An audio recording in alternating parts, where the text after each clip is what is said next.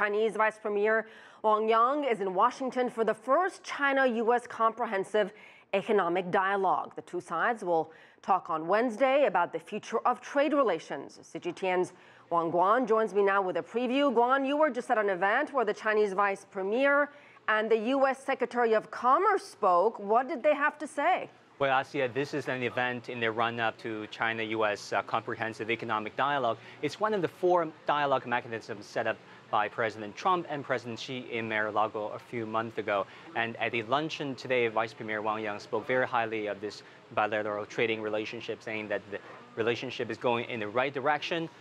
He said that China welcomes foreign investment. Besides the much talked about re-entry of American beef, China, in fact, also reopened its services sector to U.S. companies, credit card rating agencies, credit card services companies, and also a whole host of financial services industries are coming back to China. Also, liquefied natural gas going back to China. But on top of that, Vice Premier Wang Yang also pointed out that there are Chinese concerns. For example, the long-existing U.S. high-tech control against China that really prohibited the Americans to trade with China as much as possible. Let's take a listen at what Vice Premier Wang Yang had to say. Unfortunately, American businesses have not had their fair share of the cake due to outdated U.S. regulations on export control.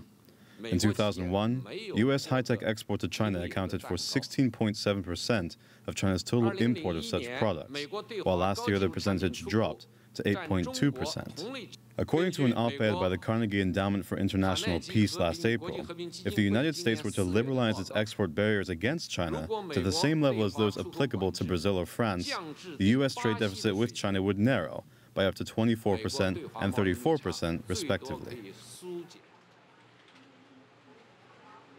Well, U.S. Secretary of Treasury Mnuchin, as well as U.S. Secretary of Commerce, both spoke at the luncheon. They're calling for more access for U.S. products and goods to go to the Chinese market. And Wilbur Ross, the U.S. Secretary of Commerce, also spoke very highly of this bilateral trading relationship. Let's take a listen. Our working relationship is better today than it has been in many decades.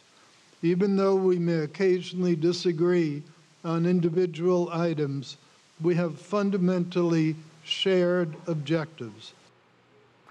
Well, it's interesting, towards the end of the luncheon, Vice Premier of China Wang Yang pointed out that, of course, there are this buy American, hire American sentiment here in the U.S., but there's also buy Chinese, hire Chinese sentiment in China. But the fact of the matter is the two sides need to trade, and that is really driven by the market and by globalization, Asia. Thank you so much. CGTN's Guan.